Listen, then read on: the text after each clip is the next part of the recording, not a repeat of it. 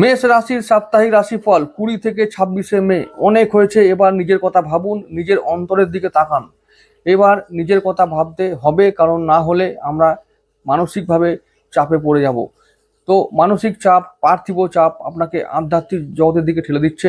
পার্থিব জগতের চাপ এবং পারিবারিক চাপ, আরও অনেক চাপের মাধ্যমে আপনাকে এগোতে হচ্ছে। কর্মে ব্যস্ত থাকতে হবে। তো কর্মে ব্যস্ত থাকতে হলেও লক্ষ্যের দিকে এগোতে গেলে ধৈর্য ধরে থাকতে হবে। তো এই সপ্তাহটা প্রচণ্ড ব্যস্ততার মধ্যে কেটে কর্মে উন্নতি, পারিবারিক ও মানসিক উন্নতি। তবে আমি আবার বলছি যে অনেক হয়েছে, এবার নিজের দিকে তাকান। তাহলে কি, নিজের দিকে তাকানো মানে হলো নিজের অন্তরের কথা ভাবতে হবে।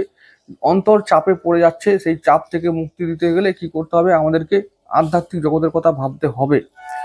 এবার তার জন্য ধ্যান প্রাণায়াম করতে হবে। এছাড়া সমস্ত দিক থেকে পারিবারিক উন্নতি, এই সপ্তাহে মানসিক উন্নতি, এগুলো থাকছেই। তার সঙ্গে এটা বলবো ব্যবসায় উন্নতি, ব্যবসায় উন্নতি। তার সঙ্গে বলবো যে যদি ইনভেস্ট করো, তো এই সপ্তাহে লাভ দেবে। যদিও তোমরা 7.5-এর মধ্যে চলছো, তবু বলছি যে শনির জন্য যদি কোনো কিছু প্রতিকার করতে চাও, তো বলছি যে শনিবার দিন ওই কালো তিল দান করা এবং কালো তেল দান করা এবং অসত্য কাছে জল ঢালা, এই হচ্ছে তোমাদের সর্বশ্রেষ্ঠ প্রতিকার। এই সময় তোমাদের এগুলো করতেই হবে।